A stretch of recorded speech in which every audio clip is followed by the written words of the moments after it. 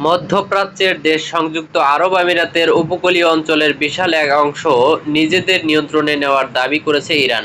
দেশটির কর্তৃপক্ষ নতুন একটি মানচিত্র প্রকাশ করে বর্ধিত সমুদ্রসীমা নিজেদের নিয়ন্ত্রণে নেওয়ার দাবি জানিয়েছে।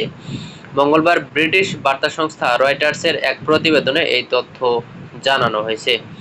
এতে বলা হয়েছে, নতুন একটি মানচিত্র প্রকাশ করে নিজেদের নিয়ন্ত্রণে থাকা সমুদ্রের আওতা বৃদ্ধির দাবি জানিয়েছে ইরান।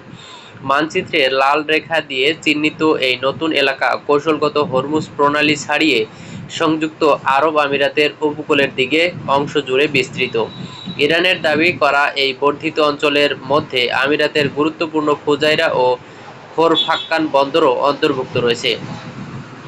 ওমান উপসাগরের দিকে অবস্থিত ওই দুটি বন্দর বর্তমানে সংঘাতের শুরু থেকেই আমিরাতের জন্য অত্যন্ত গুরুত্বপূর্ণ হয়ে উঠেছে। অবরুদ্ধ হরমুজ প্রণালী এড়িয়ে বিকল্প পথে পণ্য ও জ্বালানি পরিবহনে এই বন্দর দুটি ব্যবহার করে আসছে দেশটি।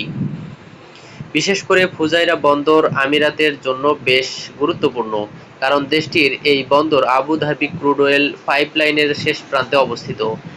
পাইপলাইনের মাধ্যমে দেশের অভ্যন্তরীণ বিভিন্ন খনি থেকে সরাসরি বন্দরে অপরিশোধিত তেল আনা হয়।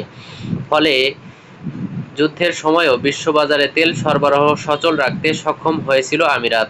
বিশ্লেষকরা বলেছেন, ইরান যদি এই দুটি বন্দরে প্রবেশের পথ সত্যি নিয়ন্ত্রণ করতে পারে, তাহলে তা কার্যত এই আরব দেশটির ওপর পূর্ণাঙ্গ নৌ অবরোধের শামিল হবে। হরমুজ প্রণালী কি এখনো মুক্ত? সোমবার যুক্তরাষ্ট্র ও ইরানের মধ্যে পাল্টাপাল্টি গোলাগুলির পর মঙ্গলবার হরমুজ প্রণালীতে বাণিজ্যিক জাহাজ চলাচল প্রায় স্থবির হয়ে পড়েছে। সর্বশেষ পরিস্থিতি নিয়ে মার্কিন সামরিক বাহিনী বলেছে, নৌবাহিনীর গাইডেড মিসাইল ডেস্ট্রয়ারের পাহারায় দুটি মার্কিন বাণিজ্যিক জাহাজ এই প্রণালী অতিক্রম করতে সক্ষম হয়েছে। তবে এই পারাপার ঠিক কখন হয়েছে সে বিষয়ে ওয়াশিংটন সুনির্দিষ্ট কিছু জানায়নি। অন্যদিকে ইরান কোনো জাহাজ পারাপারের দাবি সরাসরি নাকচ করে দিয়েছে। তবে আন্তর্জাতিক জাহাজ চলাচলকারী প্রতিষ্ঠান মায়েরস্কো বলেছে, সোমবার মার্কিন পতাকাবাহী জাহাজ এয়ারলাইন্স ফেয়ারফ্যাক্স যুক্তরাষ্ট্রের সামরিক বাহিনীর পাহারায় পারস্য উপসাগর ত্যাগ করেছে। সূত্র রয়টার্স।